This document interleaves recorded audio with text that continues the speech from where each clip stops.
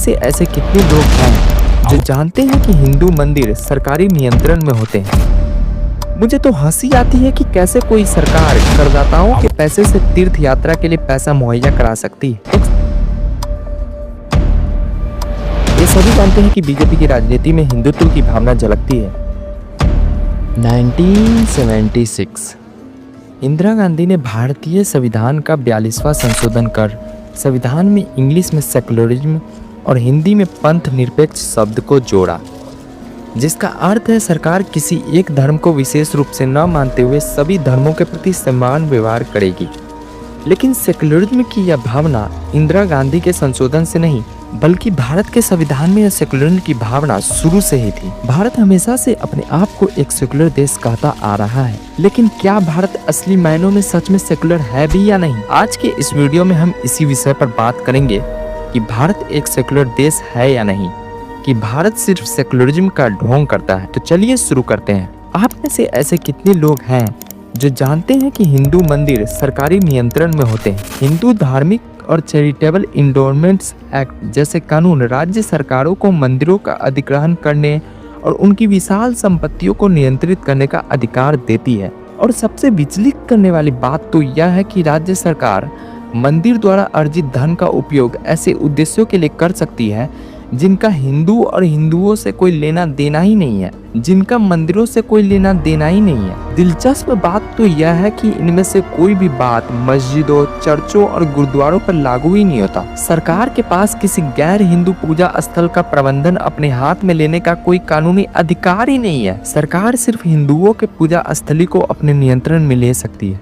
ये भारत का किस तरह का सेकुलरिज्म है? सेकुलरिज्म का मतलब है राज्य सभी धर्मों के साथ समान व्यवहार करे। अगर सरकार सिर्फ हिंदू मंदिरों को ही कंट्रोल करे और बाकी धार्मिक स्थलों को छोड़ दे तो यह किस किस्म की समानता है? क्या इसी का नाम सेकुलरिज्म है? या तो सरकार सभी धर्मों के धार्मिक स्थान को नियंत्रण करे या किसी का भी ना करे।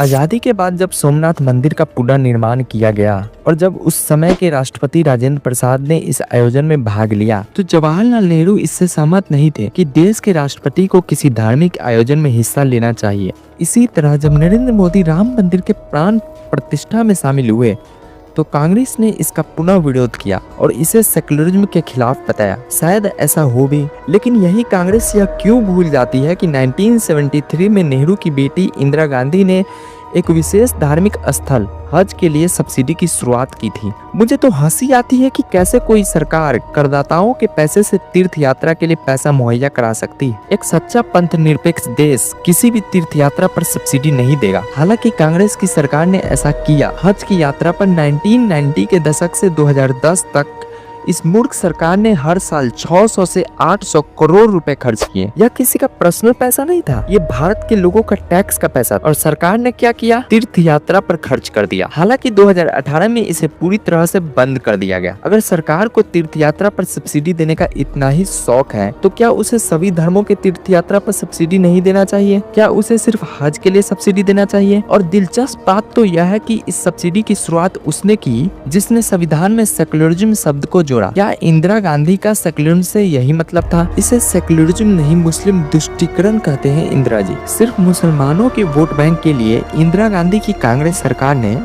सेकुलरिज्म का तार तार कर दिया। नेहरू जिस धर्मनिरपेक्षता की बात करते रहे उसे कमजोर करने की शुरुआत उन्हीं की पार्टी ने की। साहुबानो केस के बारे में आपने तो सुना ही होगा, जिसमें सुप्रीम कोर्ट ने तलाक के मामले में उसके पति को गुजारा भत्ता देने का आदेश दिया था। लेकिन राजीव गांधी ने क्या किया? मुस्लिम कट्टरपंथियों के सामने अपने घुटने टेक दिए और संसद में कानून लाकर इस फैसले को ही पलट दिया। एक सच्चे पंथ निरपेक्ष देश में सभी नागरिक चाहे वो किसी भी धर्म के हो एक ही कानून के दायरे में आते हैं। लेकिन भारत में सभी धर्म अलग अलग कानून के दायरे में आते हैं। जहां हिंदू, सिख और बौद्ध हिंदू कोड बिल के दायरे में आते हैं, वहीं मुस्लिम पर्सनल लॉ के दायरे में आता है और ईसाई पर्सनल लॉ के दायरे में आते हैं। इसी तरह सभी धर्मों के अपने अपने पर्सनल कानून हैं, जो कि सेकुलरिज्म की कसौटी पर खरा नहीं उतरता, जिसके लिए गवर्नमेंट को जल्द से जल्द पूरे देश में यूनिफॉर्म सिविल कोड लाना चाहिए। अगर आप नहीं जानते यूसीसी क्या है तो ऊपर दिए गए लिंक पर क्लिक करके आप इसे पूरे डिटेल में समझ सकते हैं। इंडियन कॉन्स्टिट्यूशन का आर्टिकल 30 अल्पसंख्यक संस्थानों को विशेष अधिकार देता है कि वे अपनी भाषा, संस्कृति और धर्म के अनुसार शिक्षण संस्थान चला सकें, जिसके तहत कई राज्यों की सरकार अल्पसंख्यक स्कूल के नाम पर मदरसों की फंडिंग करते हैं। मदरसों के शिक्षकों को सरकारी वेतन देते हैं, फिर भी इन मदरसों को शिक्षा के अधिकार अधिनियम के नियमों का पालन करने की कोई आवश्यकता नहीं है। लेकिन मदरसों की जरूरत क्या है? जिस तरह एक हिंदू बच्चा नॉर्मल स्कूल में पढ़ सकता है, उस तरह एक मुस्लिम का बच्चा नॉर्मल स्कूल में क्यों नहीं पढ़ सकता? उसके लिए स्पेशल मदरसा क्यों चाहिए?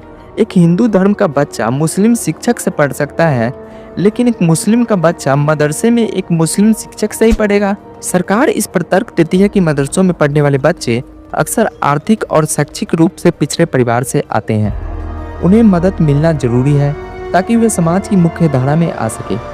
तो क्या सरकार का यही प्लान है कि बच्चों को मदरसे में कुरान पढ़ाकर मुख्य धारा में लाया जाए? अगर ऐसा है तो आज तक ये समाज के मुख्य धारा में क्यों नहीं आ सके? मदरसे तो कई दशकों से हैं। अगर सरकार मदरसों की मदद कर सकती है तो हिंदू गुरुकुलों, गुरुद्वारा पाठशालाओं या ईसाई मिशनरी स्कूलों की वैसी ही मदद क्यों नहीं कर सकती? मतलब आप मदरसों की फंडिंग करते हैं और वहीं दूसरी तरफ आप हिंदू मंदिरों के धन पर कब्जा करते हैं, लेकिन आप मंदिरों के स्कूलों की मदद नहीं कर सकते।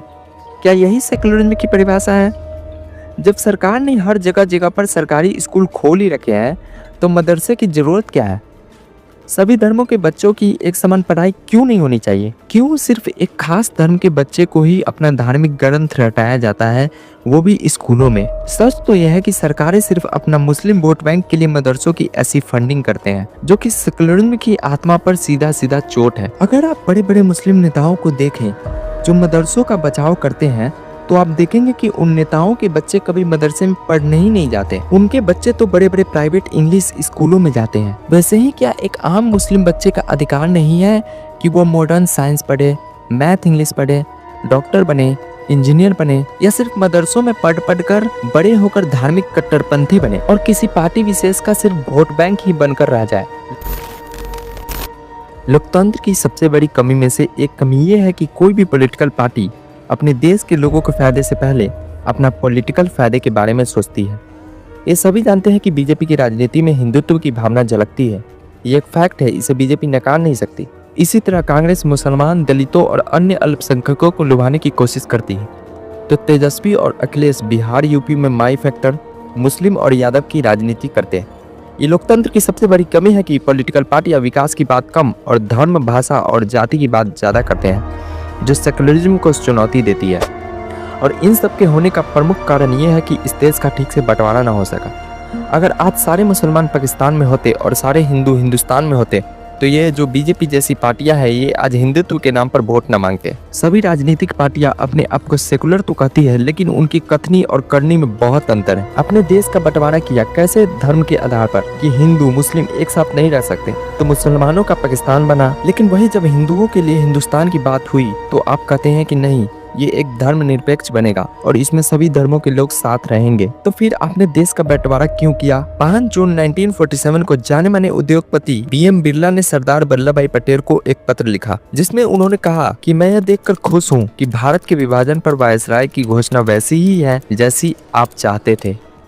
इसमें कोई शक नहीं कि हिंदुओं के लिए ये अच्छा है। हम अब सांप्रदायिक नासूर से मुक्त हो गए हैं। जाहिर है कि विभाजित इलाका मुस्लिम स्टेट होगा। क्या यह सही नहीं कि हिंदुस्तान को हिंदू राष्ट्र बनाने पर विचार किया जाए? पटेल ने 10 जून 1947 को बिरला के इस पत्र के जवाब में लिखा कि मैं भी इस बात को लेकर खुश हूँ कि 3 जून की घोषणा से कम अनिश्चितता की स्थिति तो खत्म हो गई। मुझे नहीं लगता कि हिंदुस्तान को हिंदू राष्ट्र और हिंदू धर्म को राजकीय धर्म बनाने पर विचार करना संभव होगा। हमें यह नहीं भूलना चाहिए कि बाकी अल्पसंख्यकों की सुरक्षा भी हमारी पहली जिम्मेदारी है। स्टेट सभी के लिए होना चाहिए, न कि किसी खास जाति और नस्ल के लिए। जिसके परिणाम स्वरूप हम देख रहे हैं कि कैसे राजनीतिक पार्टियां आज अल्पसंख्यक मुसलमानों को टारगेट करके वोट बटोर रही है। आज लोकसभा और राज्यसभा में बीजेपी के करीब 400 सांसद हैं, लेकिन एक भी मुस्लिम सांसद नहीं है। भारत में मुसलमानों की आबादी बढ़ रही है, लेकिन वही राजनीतिक भागीदारी घट रही है। 2014 के आम चुनाव में जीतने वाले में केवल 4% मुसलमान थे, जो कि 1980 में लगभग 10 प्रतिशत था। मुसलमानों की हालात भारत में बद से बदतर होती चली जाएगी और इसका सिर्फ एक ही रीजन है, अपने देश का बंटवारा किया और किया भी तो आपने ठीक ढंग से नहीं किया, और जो लफड़ा था उसको आज तक हमने जिंदा घाव बनाकर रखा। बंटवारे के कारण ही आज हमारे देश के दोनों तरफ पाकिस्तान और बांग्लादेश जैसे देश हमारे देश पर भिड़े रहते हैं और देश के अंदर भी आए दिन सांप्रदायिक दंगे, टेररिस्ट अटैक्स का सामना करना पड़ता है। आप किसी देश के कितने भी तगड़े कानून बना दे,